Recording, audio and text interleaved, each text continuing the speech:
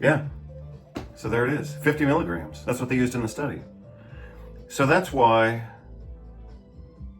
that study was so screwed up.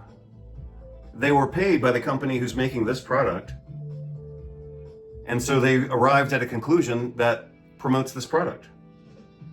That explains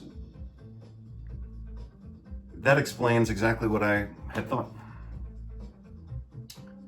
Well, there we are. Let's look at this other one. It's the same thing. Yeah, look. This is the product that they used. This is the product or the ingredient, but this is the ingredient that they used in the study. And so that's why they screwed up their study, is because they wanted to reach a conclusion that would help sell this product because this company, it sponsored them.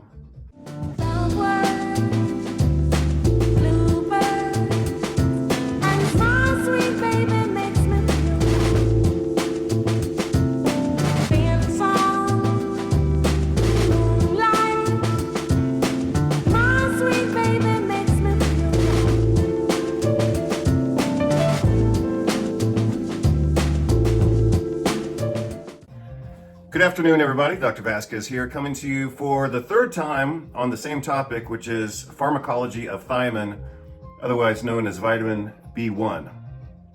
So a few days ago, if my mouse will cooperate,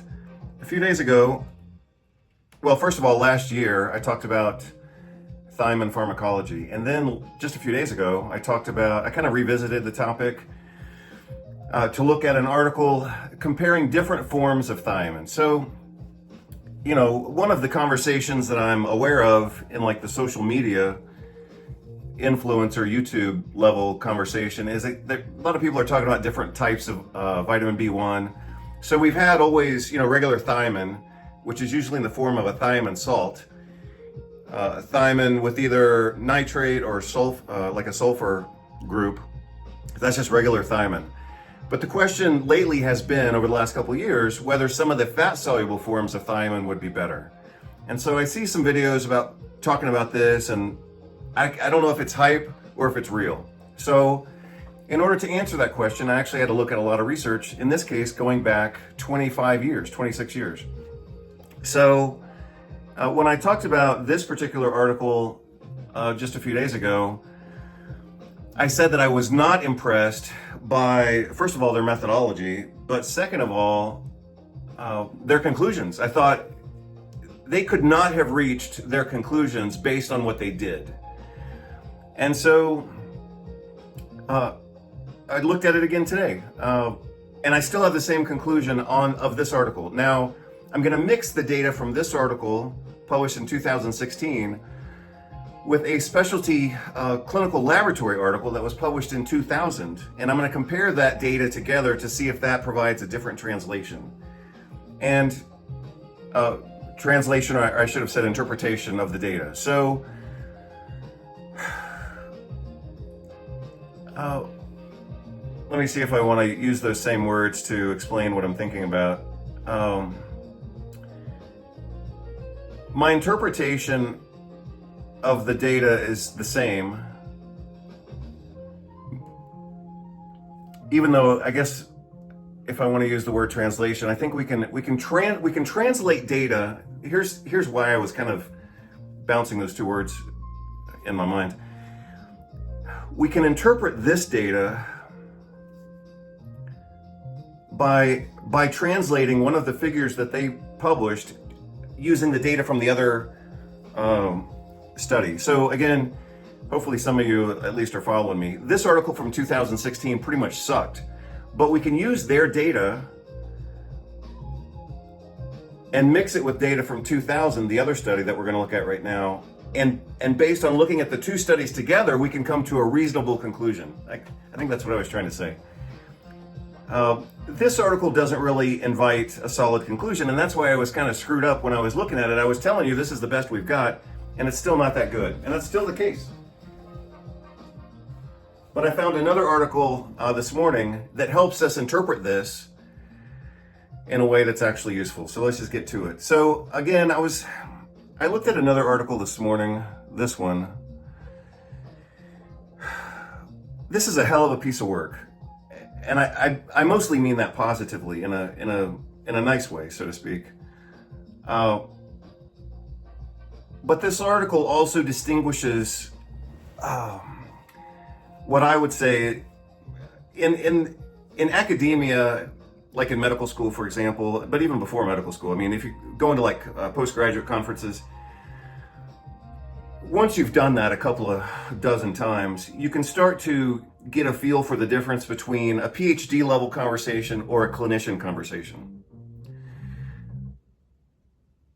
So I guess I could say, another way of describing that, we could say kind of an intellectual perspective on things versus a practical interpretation of things. And so this article, which looks great, I mean, they did a lot of work here, and I respect the fact that they did a lot of work here. So I'm not like trying to attack or insult this article, but it's a very theoretical article from a clinician's standpoint. I'm sure they're convinced that they're right, and more power to them. I don't care what they think, really. I mean, I'm glad they published this. It's a pretty good journal. They did a lot of work. I mean, and that it's an innovative, good, complete, solid, impressive article. But it doesn't convince me, and it wasn't even necessarily their intention. It doesn't convince me when I'm asking the question, what form of thiamine is the best? This article does not answer that question. And that, in a way, that kind of sucks, because I mean, they put all this effort into this article, but they didn't get to like the take-home message for a clinician. Like, if I'm a doctor seeing patients, what do I do with this data other than appreciate it intellectually? I mean, look at all this data. I mean, they've got like all these genomic data bits, and that's awesome. I mean, this is certainly hundreds of pieces of data, like several hundred. I mean, that's a lot of data to have to filter and organize and all that. But it doesn't answer my question. I'm going to close that article. It doesn't answer my question. What the hell do I do on Monday? That's the question that we used to ask. So, like, I started going to a lot of conferences when I was in my early 20s. And one of the things that would happen, especially if a PhD was giving the presentation, is we would all scratch our heads and kind of joke to each other. It's like, yeah, that was great and that was impressive and it was a big word salad, but what the hell do I do on Monday?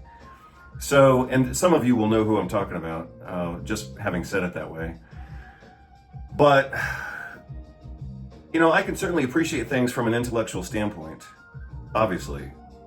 But as a clinician, or as, you know, someone trying to direct the use of nutrients, you know, for product development or whatever, I have to ask different questions. You know, I have to ask, I mean, something can be very convincing and very complete from an intellectual standpoint, you know? But thankfully, we as clinicians can also look at things. So there's like this academic, intellectual, conceptual way of looking at things.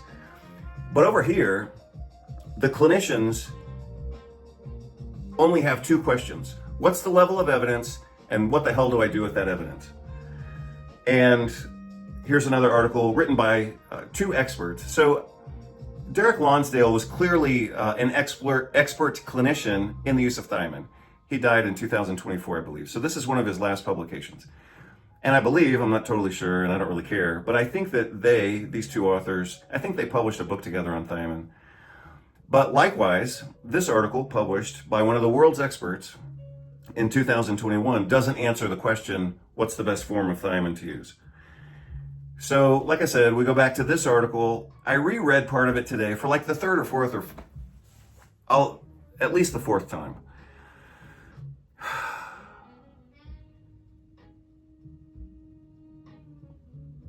And so I looked at the article once, I looked at it again. I really focused in on the tables that they published that I showed you in the video the other day. And then I went back and looked at it again for like at least the fourth time today.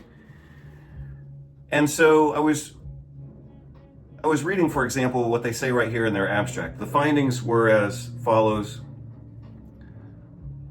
But I'm looking at their abstract, and I'm also looking at the data that they published, and it's two different things.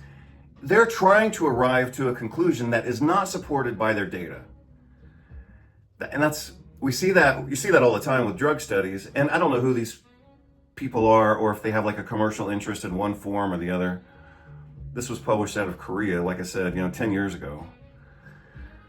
But they appear to be trying to reach a conclusion, and then they basically screwed up their study methodology, and they still tried to reach that conclusion with their own screwed up methodology, and it just doesn't make sense. So I've looked at this article kind of in a fresh way, so to speak, at least 4 or 5 times now, and I keep coming to the same conclusion. Like, their data does not support their conclusion, and independent from that, their methodology could have never supported any conclusion. So this is just screw up. I don't know why. I don't know what's going on here. I just don't know what's going on. And I scratched out their final conclusion. These findings support clear benefits of lipophilic thiamine derivatives in the absorption of thiamine in healthy volunteers. My response to that is, that's bullshit. These findings support clear benefits of lipophilic derivatives in the absorption of thiamine. Well, first of all, they're screwing up their use of language. No offense to them, because obviously they're from Korea, and maybe they're doing great for, translating their ideas. But first of all, they don't show any benefits whatsoever. This is not a clinical trial, so they cannot claim to show benefits when they didn't even design the study is not even designed to show benefits. So that's an incorrect use of the word benefit. It's not a benefit. They can show different levels, and they can hypothesize that those different levels will translate into clinical benefits, but they cannot state that they found any benefit, because this wasn't a clinical trial. Nor did they actually compare, apples to oranges. They did one study with 50 milligrams and another study with 100 milligrams. I mean, they can't even come to any conclusion. So anyway, this just sucks. They screwed this up. They're trying to overstate their findings, and it's just wrong. So when I did my part 2, again, this is part 3. When I did my part 2 review of this article the other day, I focused in on each one of these squares, but particularly this one here, and I'm going to focus in on this one again, because now this data is almost uninterpretable. But I'm going to show you another article that was published 20 years ago, and if we use their data with this data, we can actually arrive to a conclusion that matters. Sorry, I'm getting a message there. I'm trying to block that out. So, like I said, this morning I looked at it again. I wasn't trying to I'm not trying to do some, heavy forensic analysis here. I'm just trying to get to a reasonable clinical footing, so to speak. What is a reasonable clinical decision based on this data? That's the question I'm trying to answer. I'm not trying to be like Sherlock Holmes of thiamine here. I'm not trying to do some heavy forensic analysis, at least not by my standards.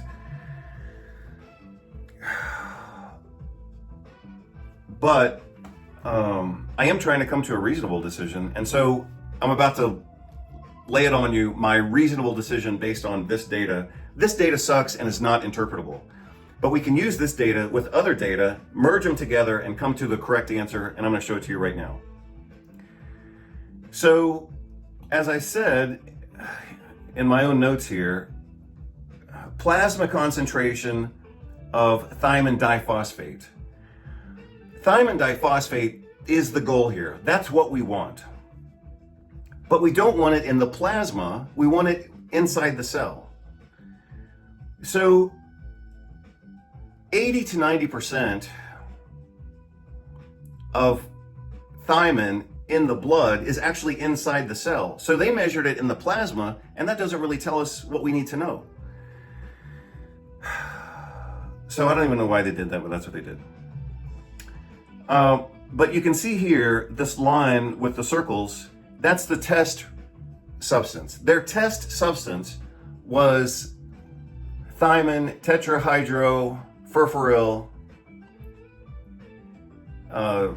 disulfate, I believe. It's the TTFD form of thiamine. That's what they used as their test substance. Their reference substance here was just regular cheap old thiamine that you can buy in any grocery store. But you'll notice that the regular thiamine actually worked better. So let's see if we can establish that. That was my impression. It's still my impression. Let's look at it again and see if that's right. Reference B, so their reference B here worked much better. Like at least 10 times better. So my note from a couple days ago was TTFD was clearly inferior. Is that right? Did I do the initials right? I think I did. Thiamine tetrahydrofurfuryl disulfate, I believe it is. That's one of the fat-soluble forms. So that was clearly inferior for the plasma production of thiamine diphosphate. So in other words, the way that I should have said it, because I don't like it when anybody speaks in negative phrases or describing the negative when they should describe the positive. Because if I describe the negative, then you have to reinterpret it. If I describe the positive, then it's clear what's going on. Maybe I'll make that change right now. I don't know. Maybe I will if this thing lets me. Yeah, so in other words, I have to scoot that up. It's gonna look screwed up for a minute here, but give me a second. Regular cheap old B1, water soluble. Let me do this. I'm gonna do WS to make it more clear. Regular water soluble B1 is better than fat soluble thiamine tetrahydrofurfuryl disulfate, TTFD. Regular water soluble B1 is better than fat soluble TTFD for active, to make it more clear, thiamine diphosphate production. Now, my reasonable complaint about that is that they're looking at it in the plasma. Sorry, I must get that over a little bit. So, regular thiamine is better than fat soluble for the active metabolite that we want. In the plasma, that doesn't tell us about what's going on inside the cell, because they failed to do the study correctly. They had the correct methodology, and they for whatever reason they didn't do it. And maybe this is why they didn't do it. Maybe they did it, they got the results they didn't want, and then they said, "Screw it, let's just hide the data." That would explain why this thing doesn't make sense to me. Sorry, I'm gonna see if I can make that less bold. Can I? Yeah. Oh, it does the whole thing. So again, according to this data, regular water-soluble thiamine is better for producing the metabolite that we want. Their data is in the plasma. We want to know what's going on inside the cell, and this study does not provide us that data. But this study does provide us that data, and that's why we're going to look at it right now.